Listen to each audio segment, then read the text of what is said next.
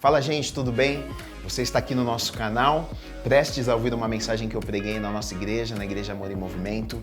E essa mensagem faz parte de uma série que eu estou pregando. E se você perdeu alguma das mensagens da série, eu vou deixar aqui o link. Você pode clicar aqui no link e ouvir outras mensagens também dessa série. O desejo do nosso coração, do meu coração, é que realmente estas mensagens abençoem a sua vida, né? Falem com você. Se você tem sido abençoado através do nosso canal, eu vou pedir para você, se inscreve no nosso canal, ativa aí o sininho, porque quando você faz isso, o YouTube, ele vê que o nosso material é relevante, ele consegue passar para o maior número de pessoas. E esse é o nosso desejo, né? Que mais pessoas assistam, mais pessoas sejam abençoadas, tá bom? Que a palavra de hoje fale com você, alcance o seu coração e abençoe sua vida em nome de Jesus.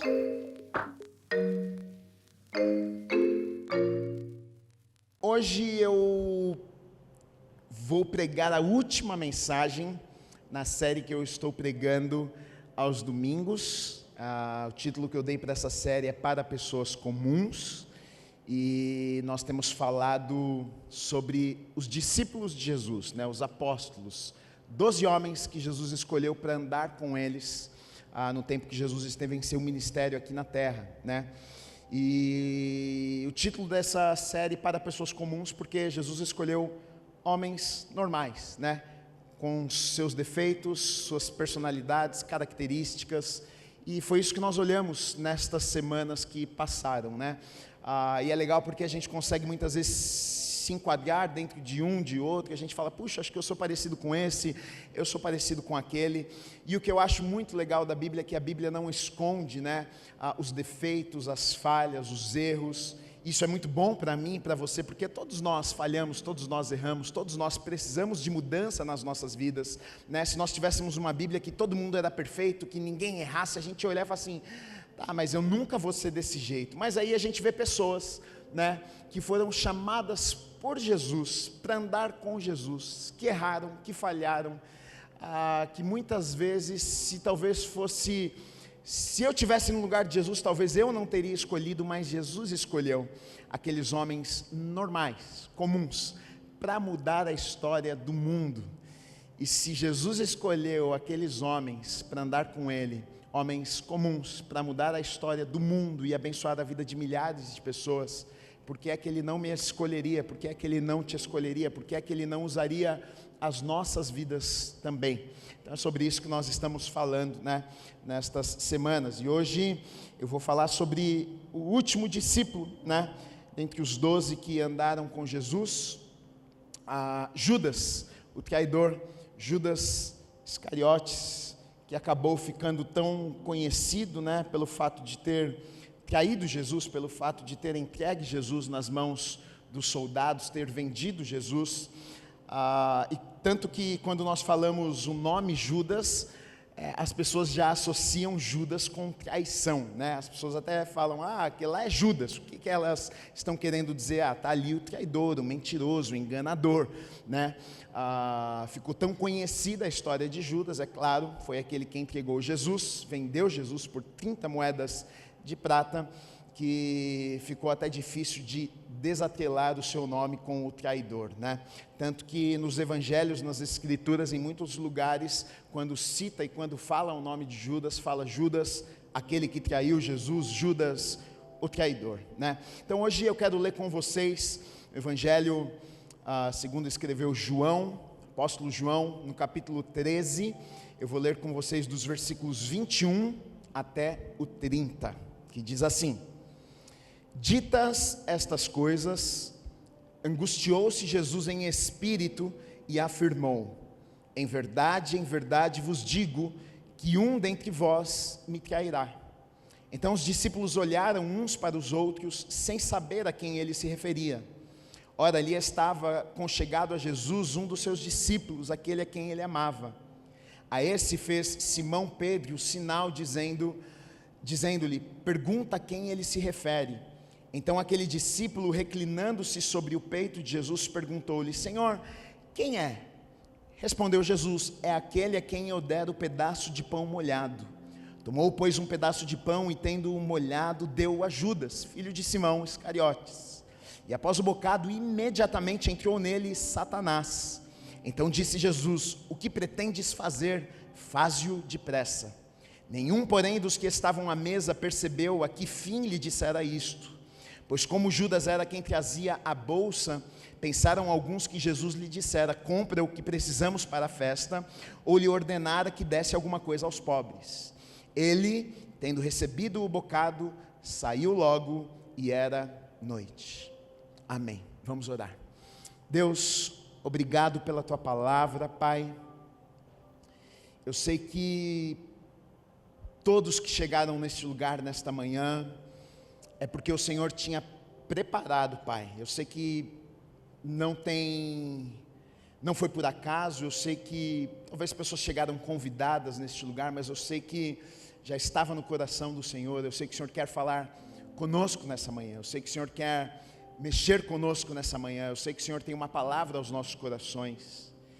E a minha oração, o meu pedido nessa manhã é: venha tratar aquilo que precisa ser tratado na vida de cada um de nós, Pai. Haja com liberdade neste lugar. Nós abrimos os nossos corações, abrimos os nossos ouvidos. Sabemos que precisamos crescer, sabemos que precisamos aprender do Senhor, Pai. E esse é o desejo dos nossos corações. Vem e faça aquilo que só o Senhor pode fazer nas nossas vidas nesta manhã, Pai. Usa a minha vida como boca do Senhor neste lugar, Pai, para que a mensagem, a palavra que está no coração do Senhor seja transmitida através da minha vida nesta manhã, em nome do Senhor Jesus Cristo. Amém e amém. Podemos aplaudir a Deus.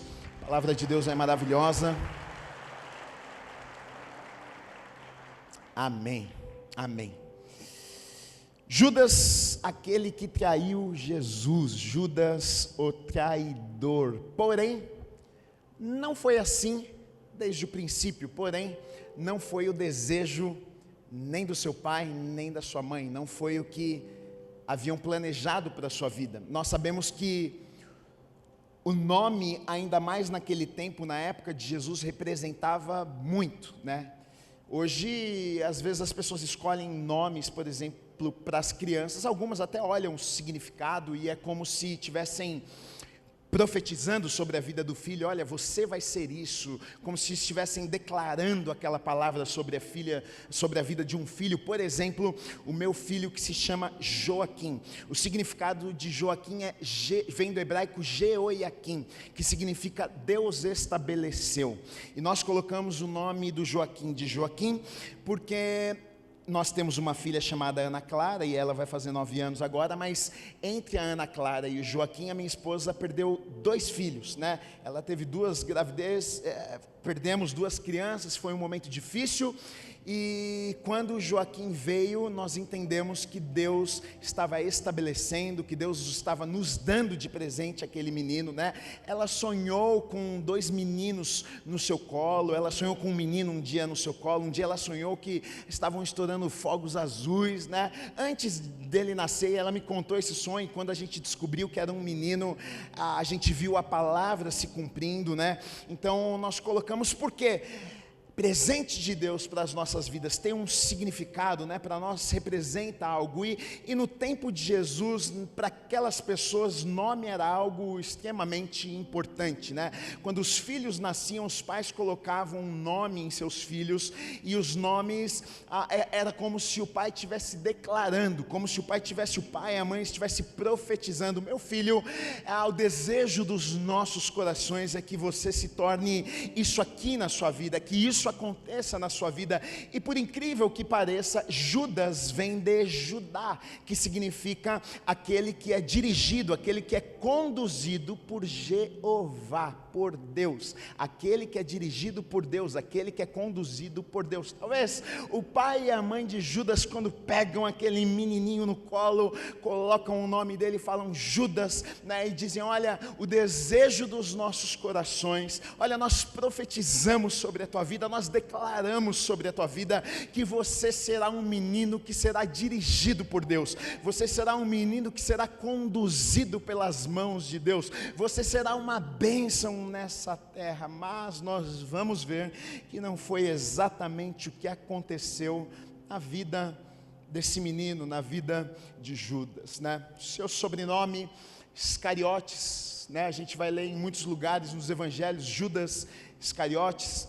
e Iscariotes se divide a palavra, fica Iscariote, né? Iscariotes, Iscariote, que na verdade Ish significa homem e Queriote era uma cidade, um lugar, então homem de Queriote. Então Judas provavelmente ele era um homem de Queriote, que era um lugar, Queriote Esrom, e isso nos mostra o quê? Que provavelmente ele era o único dentre os discípulos dos apóstolos que não era galileu, não era da Galileia, ele era da Judeia.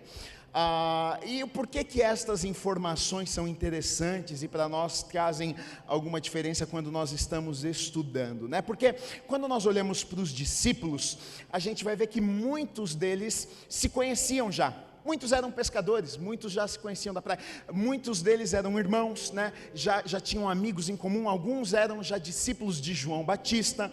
Então alguns dos discípulos já conheciam um ou outro, já conhecia a família, já sabia de onde tinha vindo e tal. A princípio, o que nós vemos na palavra é que os discípulos não conheciam a respeito de Judas. O que nós vemos é que não conheciam a respeito da família de Judas, não sabiam o passado de Judas, não sabiam da história de Judas, e na verdade a gente vai ver que isso favorece Judas a se tornar, isso favorece que ele fosse alguém hipócrita, porque como as pessoas não o conheciam, as pessoas não sabiam da sua história, as pessoas não sabiam do seu histórico, não conheciam a sua família, ele fez alguém que na verdade ele não era, e todo mundo acreditou. Tanto que se você olha nas escrituras, nos evangelhos, em lugar nenhum você vai ver que no tempo que ele andou com Jesus, os discípulos não desconfiaram que ele era o traidor. Ninguém achava que Judas era o traidor, ninguém achava que Judas era uma má pessoa, não. Judas era um dentre os 12, tanto que quando surgiam as discussões, quem será que é o traidor, ninguém apontava para Judas e falava, esse aqui é o traidor, hein? Não, ele era um bom hipócrita, ele tinha uma postura que na verdade a princípio o que me parece é que era o contrário do que a gente até imagina, porque como nós sabemos ele era o tesoureiro. O que ele era? Ele cuidava, na verdade, das finanças no ministério de Jesus. Ele era alguém de confiança, ele era alguém que cuidava do dinheiro, ele mexia no dinheiro, ele era alguém que as pessoas olhavam e falavam assim, não, esse aqui é o braço direito de Jesus, esse aqui é quem Jesus confia, é o cara que cuida do dinheiro, é o cara que, quem que vai colocar alguém que não confia do lado, ainda mais para cuidar de dinheiro? Não, Judas, está tudo certo com Judas, e talvez o seu comportamento, talvez sua postura, talvez a forma que ele conduzia as coisas, né? O que a gente vê através das escrituras é que provavelmente Judas, dentre os discípulos, ele era o mais habilitado para a função, ele era o mais capacitado. A Bíblia não fala do passado de Judas, e a gente não sabe o que ele fazia antes, mas a gente sabe que muitos dos discípulos eram homens simples, pescadores. Judas, talvez, dentre os discípulos, era o mais habilitado, era o mais inteligente, era o mais capacitado, né? Era aquele que iria cuidar, administrar o ministério de Jesus. Ele é colocado nesse cargo, nessa função de confiança, né? Então, na verdade, a gente vai ver que Judas, ele consegue enganar todo mundo. Todo mundo pensa que Judas é uma boa pessoa, todo mundo pensa que Judas era alguém confiável, todo mundo pensa que Judas era um amigo de Jesus e alguém de confiança, senão não estaria ao lado de Jesus e ainda mais cuidando de tudo, cuidando das finanças e das questões ali do ministério de Jesus, né? Agora, será que Judas enganou Jesus? Certamente não. Ele enganou os discípulos e muitas pessoas, mas Jesus, ele não enganou. João 6:64 diz assim: contudo, Jesus falando, contudo há descrentes entre vós, pois Jesus sabia desde o princípio quais eram os que não criam e quem havia de trair. Desde o princípio, Jesus sabia quem havia de trair. Então ninguém sabia que Judas era o traidor, mas Jesus sabia que Judas era o traidor.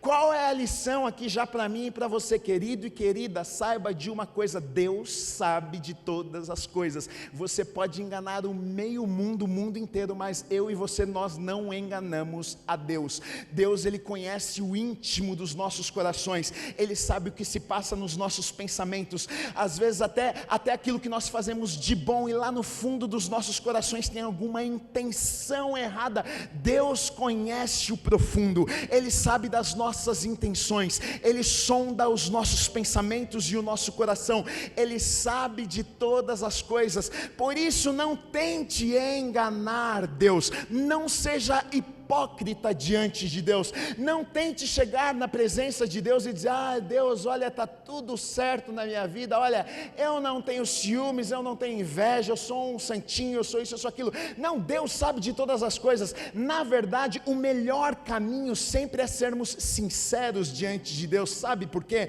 Na verdade, quando nós estamos sendo sinceros diante de Deus, sabe o que nós estamos dizendo para Deus? Deus, eu sou esta pessoa. Só que quando nós falamos com a nossa boca, nós estamos dizendo para Deus: Deus, eu estou abrindo a porta para que então o Senhor possa fazer algo na minha vida. Deus, Ele não é um intruso, Ele não é um entrão, Ele não vai vir e fazer algo na tua vida enquanto você não falar com Ele. Ele sabe de todas as coisas, Ele sabe que você é invejoso, Ele sabe que você é ladrão, mas Ele vai ficar esperando você se manifestar, Ele vai ficar esperando você falar alguma coisa, Ele vai ficar esperando você reconhecer. E no momento que você chega na presença de Deus e diz: Deus, olha, eu não queria ser, mas eu estou com inveja daquela pessoa, isso é tudo que Ele precisa. Aí Ele vai falar: opa, maravilha, falou, pois abriu a boca, foi sincero, reconheceu. Aí Ele vem e fala: não, então tá certo, então agora eu vou começar a tratar isso aqui no seu coração, eu vou começar a tratar isso aqui na sua vida.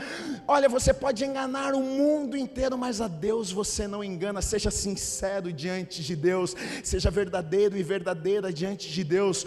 Todos nós temos os nossos desafios, todos nós temos os nossos problemas, todos nós temos os nossos pecados que temos vergonha de contar para o mundo, que se a nossa vida aparecesse no telão, a gente se escondia debaixo da cadeira.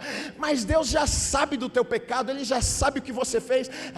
Ninguém sabe, mas Deus sabe. Você não precisa tentar esconder de Deus. Seja sincero e sincera diante de Deus, porque quando nós somos sinceros e sinceras diante de Deus, nós abrimos as portas do nosso coração e dizemos para Deus: Deus, eu sou assim, estou assim, e preciso ser transformado e transformado. E aí Deus começa a fazer o que Ele quer fazer nas nossas vidas. Então Judas, na verdade, ele nunca enganou Jesus. Jesus sabia desde o princípio que ele era o traidor. Ele podia se comportar bem, ele podia administrar bem, ele podia falar bonito, ele podia ter o favor de todo mundo, os discípulos podiam gostar dele, as pessoas podiam olhar e falar: Judas é o cara da confiança. Mas Jesus sabia quem era Judas, ele não enganava Jesus. Tem algumas passagens na Bíblia que a gente vai poder conhecer um pouquinho do caráter de Judas, né? Quem era Judas? O que tinha dentro do coração desse homem, né? Por exemplo, no Evangelho de João, no capítulo 12, dos versículos 3 a 6, uma passagem bem conhecida, diz assim: então Maria, tomando uma libra de bálsamo de nardo puro, muito precioso, ungiu os pés de Jesus, e os enxugou com seus cabelos, e encheu-se toda a casa com o perfume do bálsamo. Mas Judas Iscariotes, um dos seus discípulos, o que estava para traí-lo, disse: por que se vendeu este perfume por 300 denários e não se deu aos pobres? E isto disse ele, não porque tivesse cuidado dos pobres, mas porque era ladrão, e tendo a bolsa, tirava o que nela se lançava. Agora, olha só que coisa. Maria, nós sabemos, ela faz algo extraordinário em adoração a Jesus, né? Ela derrama ali um perfume precioso, ela enxuga os pés de Jesus com os seus cabelos, né? E os discípulos ficam olhando e pensando: é muito caro, por que ela está desperdiçando? E Judas se manifesta, ele fala: por que não vendeu esse perfume, em vez de jogar no pé de Jesus e ficar aí limpando com o cabelo, e deu dinheiro aos pobres, né? O que ele quis dizer? Ele quis passar de bonzinho, ele quis passar o cara caridoso, ele quis passar do cara que queria ajudar os pobres. Mas olha só, a interpretação de João aqui sobre este acontecimento, este fato de Judas. Por quê? Porque o Evangelho de João foi escrito escrito 60 e poucos anos depois de Jesus já ter ressuscitado. Então João, na verdade, inspirado pelo Espírito Santo, ele está escrevendo olhando a história para trás. Ele tá olhando e juntando as peças do quebra-cabeça e lembrando do que aconteceu, das coisas que aconteceram. E agora, pelo fato de ele já saber tudo o que tinha acontecido na vida de Judas, ele viu Judas caindo, agora ele entendeu, ele está olhando e está falando, malandro, Judas naquela situação lá, não foi que ele era bonzinho não. Então João está dizendo o seguinte, olha, enquanto talvez naquele tempo eles estavam pensando, Judas, que cara bonzinho, ô Judinha, você é uma bênção mesmo, hein? Queria dar tudo para os pobrinhos, queria abençoar, e na verdade não, João está olhando para trás, depois de 60 e poucos anos já maduro, vendo a fotografia maior da história e está dizendo, ele era ladrão. Na verdade a intenção do coração dele não era dar aos pobres, na verdade ele queria fazer a fita, na verdade ele queria parecer bem diante das pessoas, na verdade ele queria que as pessoas olhassem para ele e falassem, pô, Judas muito bem, porque ele era hipócrita. E na verdade João vai dizer o seguinte, olha, ele era ladrão, ele metia a mão na bolsa, ele roubava dinheiro. Então aqui a gente vê o caráter daquele homem. Ele vai dizer, ele era ladrão, é um bandido, ele era alguém que era avarento, ele era alguém que ele era dissimulado, porque quando começam as discussões, quem é o traidor, ele tem a cara de pau de virar para Jesus e fazer a pergunta para Jesus. Está lá em Mateus 26, 25, Judas, o traidor, ele diz o seguinte, porventura sou eu, Rabi? Se eu sou traidor, eu ia ficar quietinho. Começou o assunto, mas o assunto começou ali, sou eu o traidor, Rabi? Olhando nos olhos de Jesus, dissimulado, falso, para que as pessoas pudessem acreditar nele, não pensar que ele fosse realmente o traidor, para que ele ficasse bem diante das pessoas. A história de Judas Iscariotes é um retrato, na verdade, vívido de um homem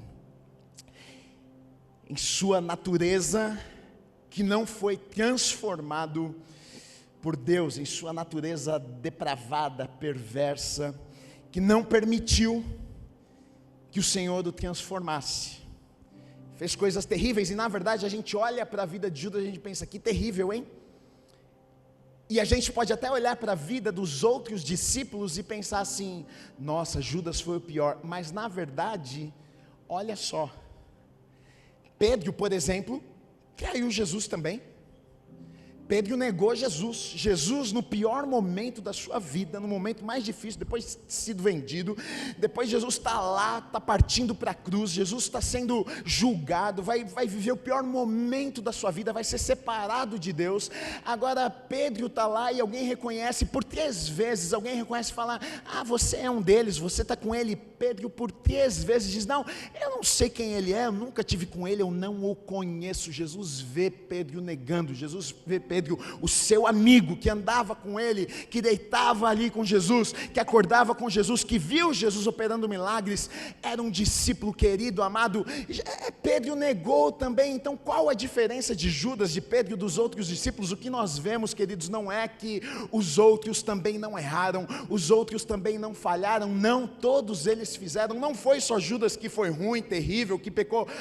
Judas, você é terrível, hein, Judas? Não, os outros também tiveram os seus erros, falaram besteira, fizeram besteira, mas o que nós vemos é que no processo, no tempo que os outros discípulos andaram com Jesus, eles se permitiram, eles deixaram ser transformados por Jesus, deixaram que suas vidas fossem impactadas por Jesus, e a vida daqueles homens nunca mais foram as mesmas, tanto que muitos, a maioria deles, morreram por pregar o Evangelho, por entregar as suas vidas pregando o Evangelho. Mas Judas não. A diferença de Judas para estes outros discípulos é que ele andou, ele ouviu, ele viu, ele viveu junto com aqueles homens, mas ele não permitiu, ele não deixou que as palavras de Jesus, que os ensinamentos de Jesus entrassem no seu coração e transformassem a sua vida. Ele teve a mesma chance, que todos os outros. Ele foi um dos 12, ele andou com os discípulos, com Jesus, ele ouviu os melhores sermões que qualquer pessoa poderia ouvir. Se já houve pregador bom nessa terra, Jesus foi o melhor. Ele pregou os melhores sermões. A gente tenta replicar aquilo que Jesus fez. Jesus, ele pregava com unção, com autoridade, com ousadia. As pessoas ficavam impactadas, multidões corriam nas montanhas para ouvir aquilo que aquele homem falava. Judas estava ali ouvindo, Judas estava ali aos pés de Jesus ouvindo os melhores sermões sendo pregados. Judas estava vendo os ensinamentos, não só quando Jesus falava, mas no dia a dia, com suas atitudes e comportamentos. Ele estava ali com Jesus, junto com os outros 11, mas ele não valorizou a oportunidade. E na verdade, eu vejo que a chance dele talvez foi até maior, porque ele não estava apenas com os 12, mas ele tinha até um cargo a mais do que os outros, porque ele tinha um cargo de confiança. Ele era o cara que falava assim: opa, esse aqui é de confiança, esse aqui é o braço direito, esse aqui é o que cuida das coisas, esse aqui é o cara que é o de confiança de Jesus. Talvez as pessoas até olhavam para ele de forma diferente. Quem que é o cara da confiança? Judas, né? Que cuida de tudo aí, administra. Agora o que nós vamos ver, a triste realidade na vida de Judas, sabe o que é? Porque, como eu falei já antes, o que a gente consegue perceber na vida de Judas é que provavelmente Judas, dentre os 12, ele era o mais capacitado. Dentre os 12, ele era o mais habilitado para essa função, talvez o mais instruído intelectualmente falando, talvez o mais estudado. Os outros, muitos homens simples, pescadores. Judas, por ter sido entregue este cargo a ele, a gente entende que ele sabia lidar com o dinheiro. Ele era um cara talvez inteligente, talvez um cara estudado, talvez era alguém que se diferenciava do grupo. Mas olha só, um cara talvez com habilidade, um cara que talvez as pessoas olhavam e admiravam e falavam: puxa, que cara talentoso, hein? Que cara bom, esse cara aí, olha, o cara voa. Mas o que a gente vai ver na vida de Judas, sabe o que é? É habilidade sem caráter, é talento sem caráter. E aqui eu vou dizer uma coisa para você: é o maior perigo que nós podemos ter nas nossas vidas. Maior perigo: posição sem caráter traz destruição. Talento sem caráter leva à morte. Ser promovido e colocado numa posição sem caráter leva à destruição. Judas tinha suas habilidades, mas lhe faltava caráter. Judas talvez inteligente, mas não tinha caráter. Judas habilidoso, mas não tinha caráter. Muitas vezes nós oramos a Deus e nós pedimos a Deus: Deus me levanta, Deus me abençoa, Deus me promove, Deus me abençoe financeiramente, Deus me dê fama, Deus me dê poder, Deus me promova, Deus faça algo na minha vida. Deixa eu dizer uma coisa para você: se Deus promover a minha vida, se Deus promover a sua vida, e o meu caráter não estiver preparado e forjado para essa posição, na verdade aquilo que era para ser bênção vai ser maldição nas nossas vidas, porque posição, dinheiro sem caráter, na verdade traz destruição e morte. Quantos casamentos já não foram destruídos por causa de dinheiro? Não tinha dinheiro, estava tudo certo, ganhou dinheiro, acabou o casamento. Por quê? Porque ganhou dinheiro e o caráter não acompanhou. Por que muitos casamentos, o cara era lá na empresa, o último, o mais simples, foi promovido, agora virou o chefão, agora ele pisa em todo mundo, agora ele trocou de mulher, a vida virou uma confusão. Por quê? Porque ele tem habilidade, ele tem um dom, ele tem um talento, ele foi promovido, mas o seu caráter não conseguiu acompanhar. Talento, dom sem caráter traz destruição na minha e na sua vida. Então, querido, talvez a gente precisa mudar a nossa oração: Deus me levanta, Deus me abençoa. Talvez a minha e a sua oração precisa ser: Deus molda o meu caráter, Deus me prepara para a viver aquilo que o Senhor tem para mim. Eu não quero chegar lá, Deus, eu não quero viver, Deus, aquilo que o Senhor tem para mim, e chegar lá, Deus, e cair, e chegar lá, Deus, e perder a minha família, e chegar lá, Deus, e perder o melhor que o Senhor tem na minha vida. Eu não quero, me livra disso. É melhor viver com menos, mas não perder o Senhor. É melhor viver com menos e não perder a minha família. É melhor viver com menos e não perder aquilo que o Senhor tem para a minha vida. Sempre um talento. Eu já vi inúmeras pessoas talentosas com dons, mas sem caráter, e o final é destruição. É destruição, é morte.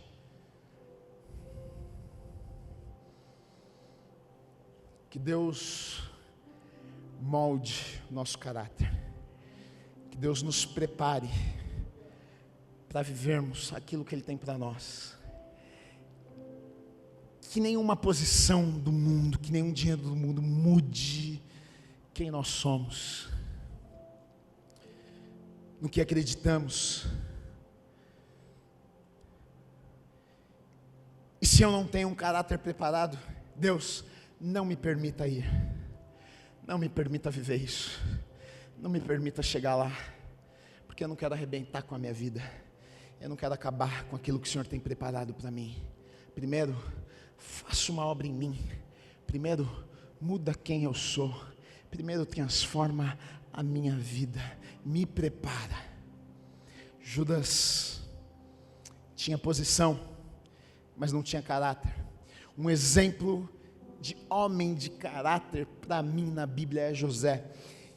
E ele é um exemplo para mim. A gente muitas vezes olha para alguns momentos da vida de José, que com certeza mostram um homem de caráter, mas para mim, a maior prova do caráter, do homem de caráter que José foi, não foi em vários momentos na vida dele, porque a gente olha para José, por exemplo, e a gente vê um homem de caráter quando ele foi colocado por Potifar para cuidar da casa dele, e a mulher de Potifar quis se deitar com José, e ele disse não, ele fugiu. Caráter, ok, foi mandado para a prisão, sofreu por conta disso, chegou na prisão, foi promovido na prisão, virou chefe da cadeia. Por quê? Porque era um homem de caráter, correto, íntegro. Alguém falou assim, pode ficar com a chave, meu filho, que eu sei que você não vai roubar, não vai sair daqui, está tudo certo, um homem de caráter.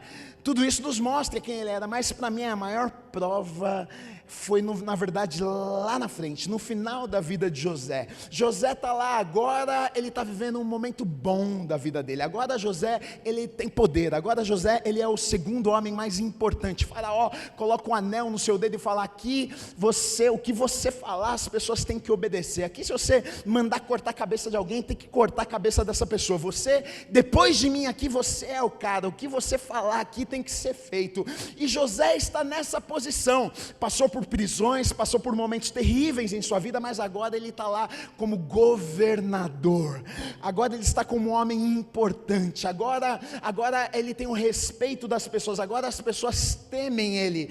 Aí a gente sabe o que acontece. Existe uma grande fome em muitos lugares. Os familiares de José vão agora lá procurar comida lá no Egito, e aí eles chegam lá, mal sabem eles que iriam encontrar José, porque os irmãos de José o haviam vendido como escravo quando José era novo, quando José era um jovenzinho. Eles talvez pensaram, José foi morto, José foi, sei lá, o que aconteceu com José. Mal sabiam eles, e eles chegam agora lá para pedir comida, para tentar comprar comida, e quando eles chegam na presença de José, governador, eles nem o reconhecem. Os anos passaram, José saiu talvez com sua roupa velha, sujo, agora José é governador, talvez vestido com roupas finas, talvez cheiroso, talvez com colares de ouro. Ele era um homem importante, reconhecido. Os irmãos de José chegam na presença de José e não o reconhecem. José olha, reconhece os irmãos, ele não fala a princípio para os irmãos que era ele não consegue se segurar, ele sai, vai para uma outra sala e ele chora ao ver os seus irmãos. E ali nessa posição ele podia, sabe o que? Ele podia dizer para os seus irmãos, olha, eu sou Zezé, sabe aqueles que vocês venderam alguns anos atrás? Agora eu vou cortar a cabeça de todo mundo, mas aqui aqui na verdade o caráter de José é provado. Aqui na verdade José mostra quem ele era de verdade. Enquanto os irmãos estão ali com medo, depois que José revela e fala: olha, eu sou o irmão de vocês, olha, eu estou aqui, os irmãos ficam apavorados, porque já imaginam, ele vai matar a gente. José pergunta: cadê o meu pai? Meu pai vive ainda? E eles dizem: não, papai vive. E tem mais algum filho? Sim, tem mais um irmão mais novo, Benjamin. Ele manda buscar o pai, manda buscar os irmãos estão com medo e falam: meu Deus, o José vai matar a gente agora. E aí José fala para eles: olha, por que é que vocês estão com medo? O mal que na verdade vocês intentaram fazer contra a minha vida, Deus pegou isso aí e tornou em bênção na minha vida. Quando o pai de José morre, José tem a oportunidade de enterrar o seu pai no lugar que o pai desejava. Ele foi lá e enterrou, continuou cuidando dos irmãos. Quando o pai morre, os irmãos pensaram: agora a casa caiu, o pai morreu, agora ele vai matar todo mundo, vai deixar a gente morrer de fome. José fala para os irmãos: não, vocês não entenderam nada, eu vou continuar cuidando de vocês. José continua cuidando da família, continua cuidando de todos. Por quê? Porque ele havia sido promovido a uma posição, mas o seu caráter acompanhou. Na verdade, queridos, a gente conhece o caráter das pessoas, sabe aonde? Quando elas estão lá em cima, quando elas estão no topo da montanha. Porque você falar para mim: essa pessoa aqui, ela é uma pessoa de caráter, ela trata muito bem o chefe dela, ela é muito simpática com o chefe dela. Lógico que ela é simpática com o chefe dela, senão o chefe dela manda ela embora. Eu quero ver o cara que está lá em cima. Eu quero ver o cara que manda em todo mundo, se ele continua tratando do mesmo jeito que ele tratava quando ele estava lá embaixo. É aí que a gente vai conhecer. Gui, o dinheiro muda as pessoas. Não, o dinheiro não muda ninguém, não. O dinheiro, ele revela. A pessoa só pôs para fora aquilo que ela já era. Ela queria fazer aquilo lá, só que ela não podia, não tinha ninguém, ela não podia mandar em ninguém. Agora ela pode, ela faz com todo mundo, ela pisa nas pessoas, ela trata mal. Ela tinha vontade antes, mas ela não podia fazer, senão seria mandada embora. Agora ela pode, ela faz. José dá uma aula de como ser promovido, e junto com a promoção, não perder o coração, e junto com a promoção, ter o caráter andando junto. Por isso que a gente vai ver que o final é feliz. A gente vai ver que José cuida da família, cuida do pai, vive de forma abençoada. Por quê?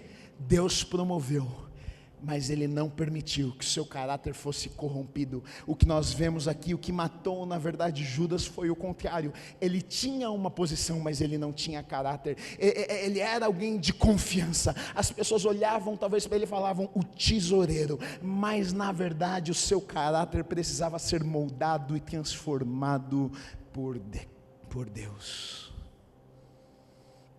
Qual que foi o problema de Judas? Foi os seus erros e os seus pecados? Não, todos eles erraram. Então qual foi o problema de Judas? Ele não se arrependeu. O problema de Judas é que ele não se arrependeu. Mas eu li na Bíblia que quando Judas ele foi lá e ele negociou com os sacerdotes algumas moedas lá para vender Jesus, e ele combinou 30 moedas, e aí quando entregou Jesus e ele viu que os soldados prenderam Jesus, a Bíblia conta que ele saiu dali desesperado, porque ele havia visto o que ele havia feito, e aí então ele sente remorso. Deixa eu dizer uma coisa para você: remorso não é arrependimento, não. Remorso, sabe por que ele sentiu remorso depois daquilo que ele havia feito? Porque ele olhou e falou assim: caramba, ele viu a consequência. Na verdade, remorso vem por causa da consequência. Você faz alguma coisa, aí você colhe uma consequência, você não queria consequência, aí você sente algo ruim, é o remorso, porque é por causa da consequência. Mas na verdade ele não tinha se arrependido do que ele tinha feito, da escolha de antes. Ele sentiu remorso por causa da consequência. Porque na verdade o que Judas ele pensava era o seguinte: ele pensava, bom, ele, pelo fato de ser um cara ganancioso, o fato de ser um cara que gostava do dinheiro, ele queria, não é que ele não gostava de Jesus, ele queria, eu odeio Jesus, vou vender Jesus, não. Ele queria as moedinhas dele. O negócio dele era com o dinheiro, não era com Jesus, não era inimigo de Jesus. Mas o que estava na cabeça de Judas? Judas com certeza pensava o seguinte: Eu vou vender lá, ganhar umas moedinhas. Sabe por que eu penso isso? Porque Judas conhecia Jesus. Judas viu Jesus fazendo um monte. Judas viu Jesus vindo andando sobre as águas. Judas viu Jesus falando: vento, para, chuva, para. Ele falou: esse cara aí é terrível, hein? Então Judas deve ter pensado, eu estou pensando, isso aqui não está na Bíblia não, mas eu fico lendo e imaginando essas coisas.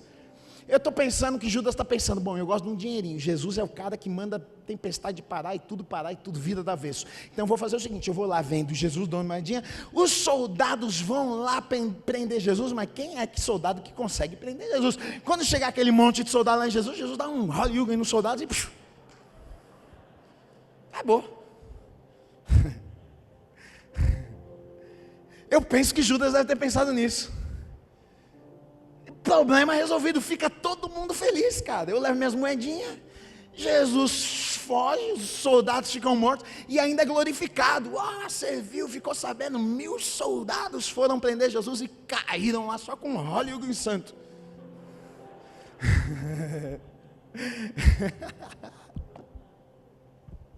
Eu leio a Bíblia e me divirto.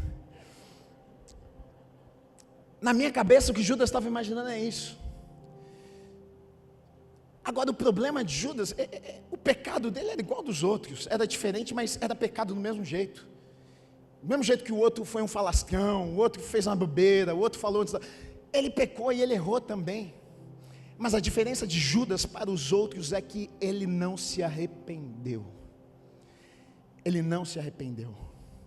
Ele estava com Jesus, quando Jesus falou da parábola do administrador infiel. Ele ouviu aquilo, ele podia ter recebido aquela palavra e falou: sou eu esse cara, vou mudar de vida, hein? Ele estava ali ouvindo Jesus quando Jesus pregou e falou no Sermão do Monte contra o amor ao dinheiro, contra a ganância. Ele estava lá. Ele podia estar aí, meu Deus do céu, isso aí é para mim, ai, preciso mudar. Podia. Mas sabe qual é o problema? Que eu vejo, e na verdade, isso aqui serve para mim e para você. Porque Evangelho, Bíblia, Palavra de Deus, não tem efeito nenhum, se só ouvido e não aplicado. Judas era conhecedor? É claro que era conhecedor. Ele ouviu os sermões de Jesus, ele andou com Jesus, ele estava lá. Mas não aplicou, não fez, não pegou aquela palavra que Jesus falou e falou assim: é verdade, eu vou parar de meter a mão na bolsa, eu vou parar com esse negócio, eu sou um pilantra mesmo, eu preciso parar. Ele não foi ter uma conversa sincera com Jesus. Jesus, vem cá, vem no cantinho aqui, eu estou metendo a mão na bolsa, não estou conseguindo, é mais forte do que eu, me ajuda, põe outro cara para fazer esse negócio, porque eu não estou conseguindo me controlar. Ele não foi sincero. E na verdade é um grande problema e é uma doença da igreja, sabe qual? Está aqui, a gente sabe a palavra, está aqui, conhecimento, letra. Tem teólogo que a vida do teólogo é um inferno, tem teólogo que a vida do teólogo é toda bagunçada, tem teólogo que não vai para o céu, sabe a Bíblia inteira de capa a capa, sabe mais do que todo mundo junto aqui, mas não vive o que sabe. Evangelho não é para saber de cabeça não, se você não colocar na prática, não adianta nada. É melhor, eu li 8 vezes a Bíblia ano passado, tá? O que você aplicou na tua vida? Apliquei nada. É melhor você ler um versículo, e o versículo que você lê, você aplica aquilo todo dia, mas Deus em primeiro lugar, amar o meu próximo. Quem é meu próximo? Meu próximo é, o meu próximo é até aquele cara do meu escritório que eu odeio, ele é meu próximo, eu tenho que amar, então tá bom, todo dia eu chego lá e eu amo ele, eu levo um bombom para ele, oi, tudo bem querido, tudo, tá aqui um bombom, eu estou obedecendo a palavra. E quando a gente aplica a palavra, quando a gente coloca a palavra em prática nas nossas vidas, a gente começa a ser mudado, moldado e transformado.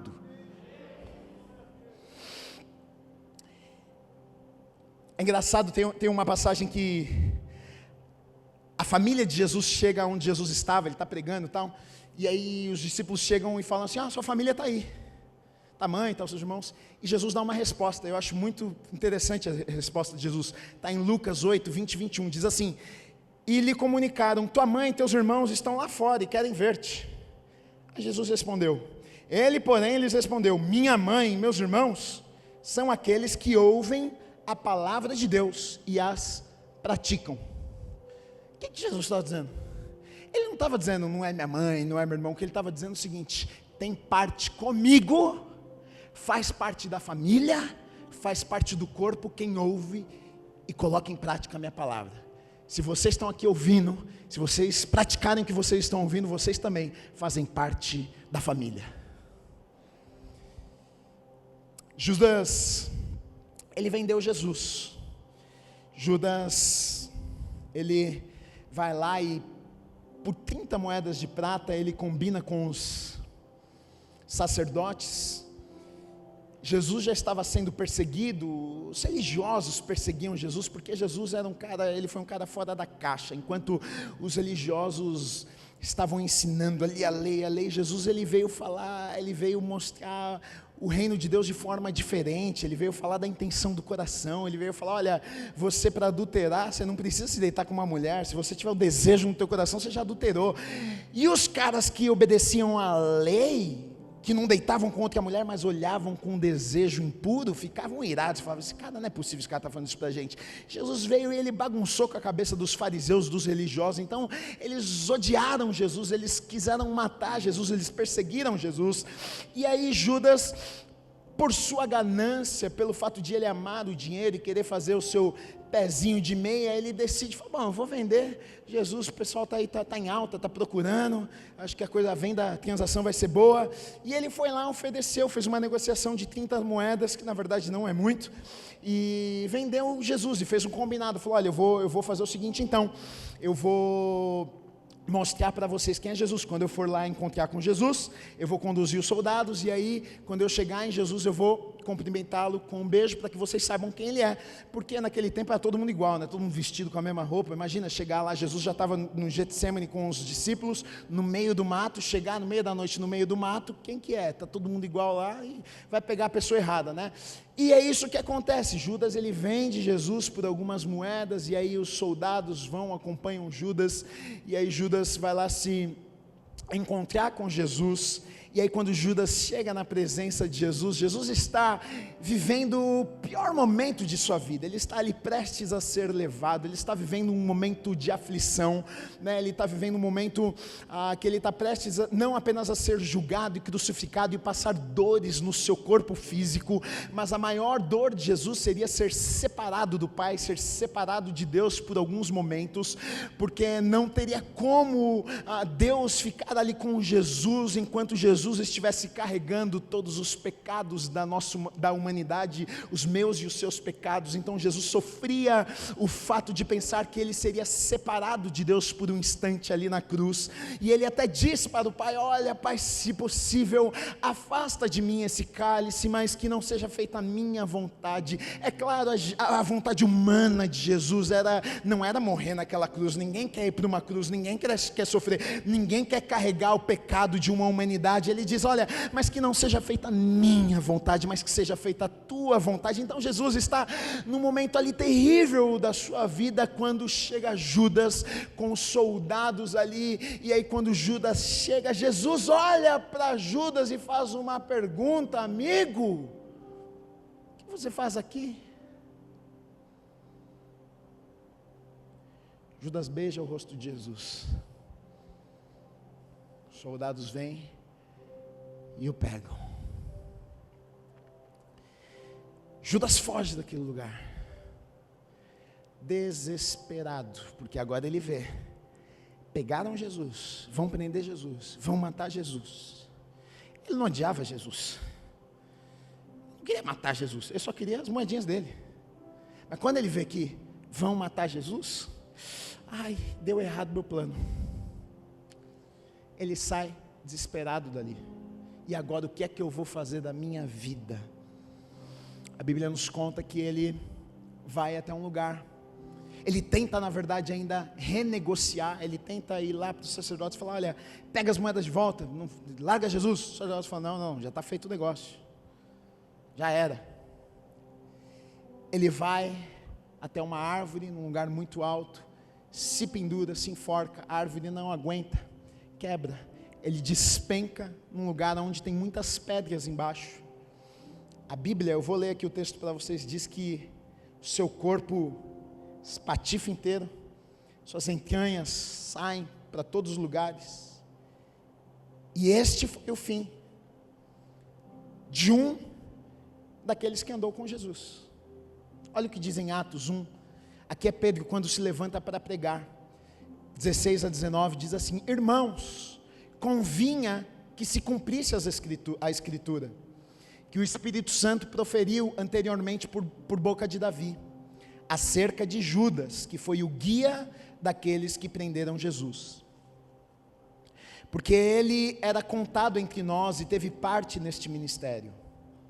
Ora, este homem adquiriu um campo com o preço da iniquidade, e precipitando-se, rompeu-se pelo meio, e todas as suas entranhas se derramaram. E isto chegou ao conhecimento de todos os habitantes de Jerusalém, de maneira que em sua própria língua esse campo era chamado Aceldama, isto é, campo de sangue. Este foi o final de Judas. Deixa eu dizer uma coisa para você, talvez você que conhece um pouco da Escritura, você vai dizer assim, mas existiam palavras, existiam profecias a respeito daquilo que iria acontecer, o traidor se manifestaria, de alguma forma isso teria que acontecer, sim, de fato teria que acontecer, mas eu quero dizer para você, não precisaria ter sido através da vida de Judas. Por quê? Porque Judas ele teve a escolha, como eu e você, como todo ser humano tem a escolha. Deus nos deu o poder da decisão. Não tinha uma força que estava ali em Judas, vai, você vai cair, você vai ser o traidor. Não, ele teve a opção, ele fez porque ele decidiu fazer. A palavra iria se cumprir de qualquer forma, o traidor iria se manifestar, Jesus seria traído, Jesus seria vendido, ele seria entregue, com certeza, porque a palavra se cumpre. Porém, eu não vejo que Judas precisaria ter sido Judas, porque ele teve a mesma oportunidade, ele andou com Jesus, ele ouviu, ele podia no meio do caminho, e digo mais, não apenas no meio do caminho, mas eu penso que até no final, mesmo depois de ter entregado Jesus, se Judas tivesse se arrependido de verdade, se ele tivesse, depois de ter visto os soldados ali pegando Jesus, se ele tivesse voltado a Jesus e falado, Jesus, fui eu sou o traidor,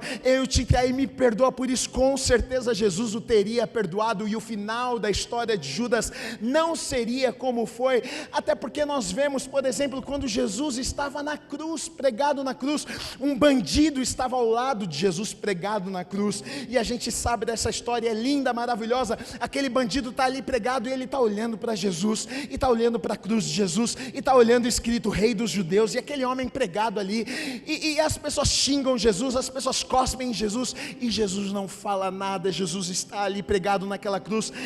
De alguma forma a vida daquele homem foi tão impactada com a presença de Jesus ali na cruz, que ele olha para Jesus ali prestes a morrer, um homem que foi mau, um homem que foi um ladrão, ele merecia estar ali naquela cruz pregado, ele olha para Jesus e diz, Senhor, quando entrares no paraíso, lembra-te de mim. Jesus olha para aquele bandido e diz, ainda hoje você estará comigo no paraíso, ainda hoje você estará lá comigo.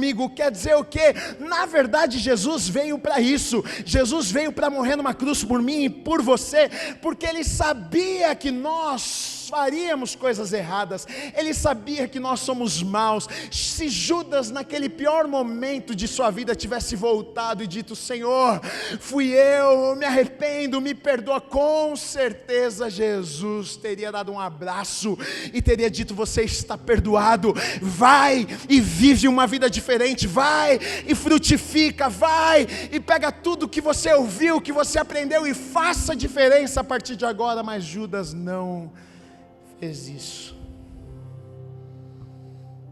Nós temos algumas lições com a vida de Judas. 6 pontos. Judas é um exemplo trágico de oportunidades perdidas. Não perca as oportunidades que Deus te dá. Talvez você esteja aqui toda semana, semana após semana, sentado no banco da igreja, ouvindo palavra, e Deus está falando com você, e talvez toda semana você perde uma oportunidade. Talvez toda semana você pense, essa palavra é para mim, mas você não faz nada com essa palavra. Não perca a oportunidade. Judas é um exemplo de privilégios desperdiçados.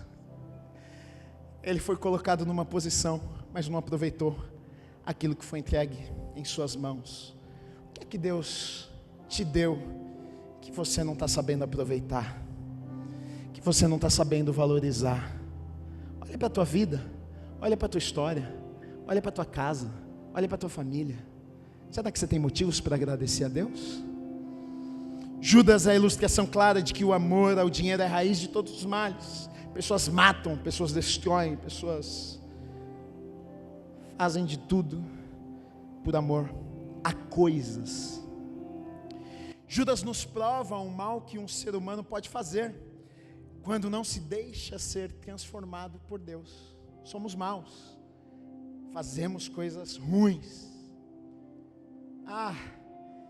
Se não permitirmos Deus mudar quem nós somos e moldar o nosso caráter.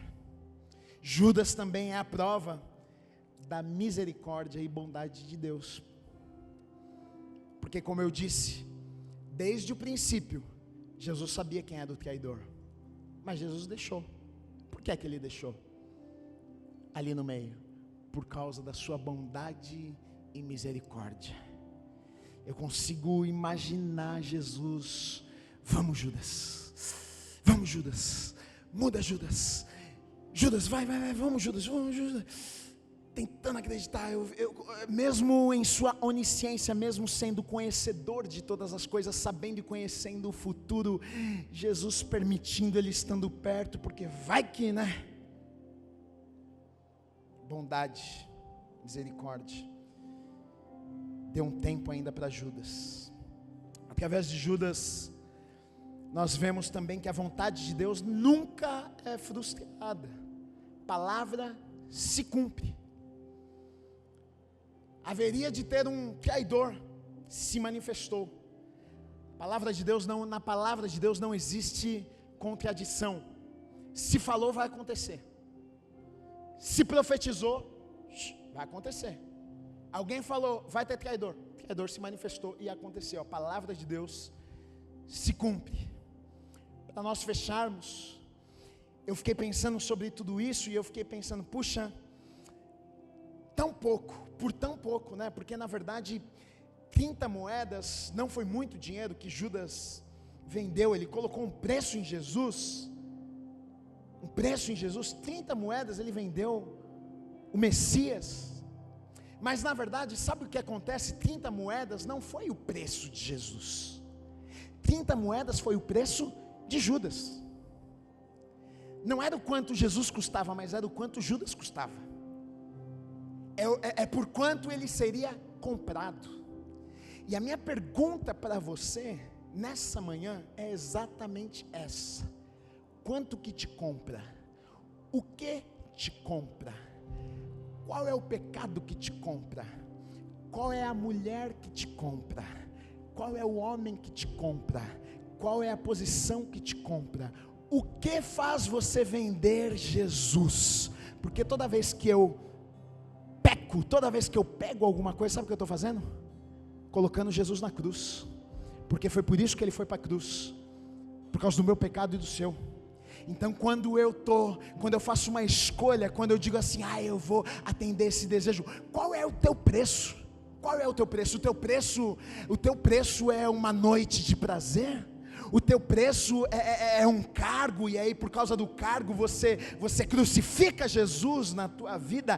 Para Judas foi 30 moedas, mas muitas vezes, para muitos de nós, é muito menos. A gente muitas vezes não precisa nem de 30 moedas, a gente crucifica Judas e a gente fica falando, caramba, hein Judas, 30 moedas, mas muitas vezes, muitos de nós vendemos Jesus por tão menos do que 30 moedas. O que é que você tem vendido? Por quanto você tem vendido Jesus na tua vida? Deixa eu dizer uma coisa para você: não venda Jesus por nada. Não venda Jesus por nada. Não venda Jesus por um relacionamento. Não venda Jesus por dinheiro nenhum neste mundo. Não venda Jesus por uma posição. Não venda Jesus por poder, porque o final é destruição para a sua vida. Não venda, não venda. Qual é o teu preço? Quanto você vai negociar? O quanto você está disposto em colocar Jesus na mesa e dizer, tá bom, eu aceito essa proposta. O que é que o diabo precisa colocar à tua frente? Qual é a proposta que ele precisa colocar à tua frente para você dizer, tá bom, eu aceito isso aqui e eu vendo Jesus na minha vida? Qual é o teu preço?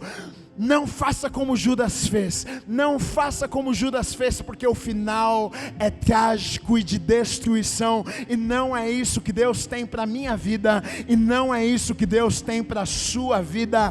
Por mais que eu e você nós erramos, por mais que nós caímos, por mais que nós falhamos, se nos arrependermos, se nos voltarmos aos pés da cruz e dissermos, Deus, falhamos, Deus, erramos, Ele é misericordioso e nos perdoa, e nos aceita, e nos restaura, e olha para mim, para você e diz, olha, o seu futuro pode ser diferente. Eu e você não precisamos terminar como Judas terminou. Todos nós somos Judas. Deus que me livre, Deus que nos livre, que em algum momento já vendemos Jesus por um prazer, por uma vontade, por uma proposta que nos fizeram. E agora, você não precisa fazer como Judas. É por isso que Jesus morreu por mim e por você, justamente para que a gente pudesse chegar aqui e dizer, olha, realmente, se não fosse Jesus, meu fim seria como de Judas, mas por causa de Jesus, uma nova história pode ser escrita na minha vida. O meu final pode ser diferente. Eu quero orar com você nessa manhã. Eu gostaria que você não desperdiçasse essa oportunidade. Às vezes a gente desperdiça oportunidades que Deus nos dá. Eu acredito que se você está aqui nessa manhã, e se a palavra falou com você, você reconhece, diz, olha, eu quero que seja um marco na minha vida. Eu quero que, eu já errei, eu já falei, e vou te contar uma notícia, eu também, todo mundo que está aqui, o seu vizinho aí do lado também, bem-vindo. Mas se hoje você diz, olha, eu não quero ter esse fim, eu quero viver o que Deus tem para mim.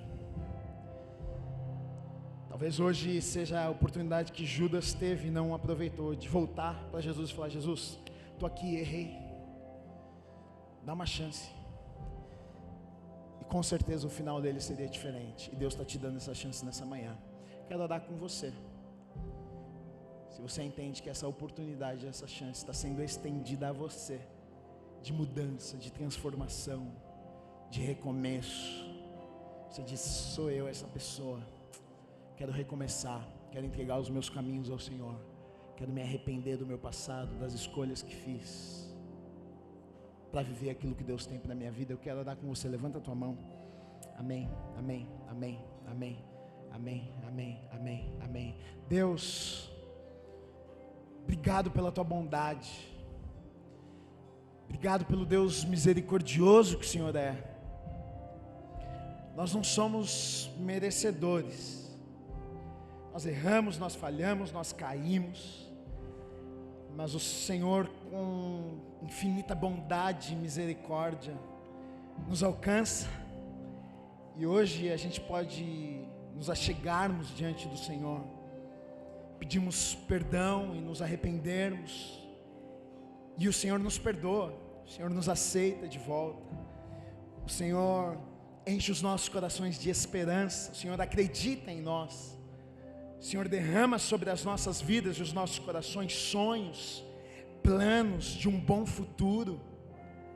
Nós somos gratos a Ti, Pai. Sabemos que erramos, falhamos e não merecíamos mesmo, mas nessa manhã, Pai, reconhecemos que precisamos da ajuda do Senhor nas nossas vidas. Nos ajude, Pai, nos ajude todos os dias. Nós precisamos da ajuda do Senhor para caminharmos, para fazermos escolhas todos os dias. Pai, nos dá sabedoria. Espírito Santo de Deus, nos conduza, fala conosco todos os dias. Nós não queremos errar, nós não queremos fazer aquilo que não é vontade do Senhor para as nossas vidas. Pai, sabe, abra os nossos olhos, Pai, nos livra do mal, nos livra da tentação, Pai, sabe, guarda os nossos corações, guarda a nossa mente, Pai, para que a gente viva tudo aquilo que o Senhor tem preparado para as nossas vidas. Deus, nós não queremos desperdiçar a oportunidade que o Senhor nos dá. Eu creio que hoje é um recomeço nas nossas vidas. Eu creio que hoje, Pai, muitos estão tomando a decisão, Pai, de mudança, Deus, de realmente entregarem os corações, Deus, ao Senhor e dizer: olha, chega, eu não vou mais viver a mesma vida que vivi até aqui, tomando a decisão de viver para o Senhor, de andar com o Senhor, Pai. E eu sei que por isso o Senhor vai nos honrar, o Senhor vai nos abençoar, Pai, que a Tua boa mão esteja sobre as nossas vidas, que o favor do Senhor esteja sobre as nossas vidas, Pai, que os anjos do Senhor nos guarde e nos livre de todo mal, Pai, para que a gente viva, meu Deus, tudo aquilo que está no coração do Senhor para as nossas vidas. Deus, nós te agradecemos em nome do Senhor Jesus Cristo. Amém, amém e amém. Você pode aplaudir o Senhor Jesus? Amém.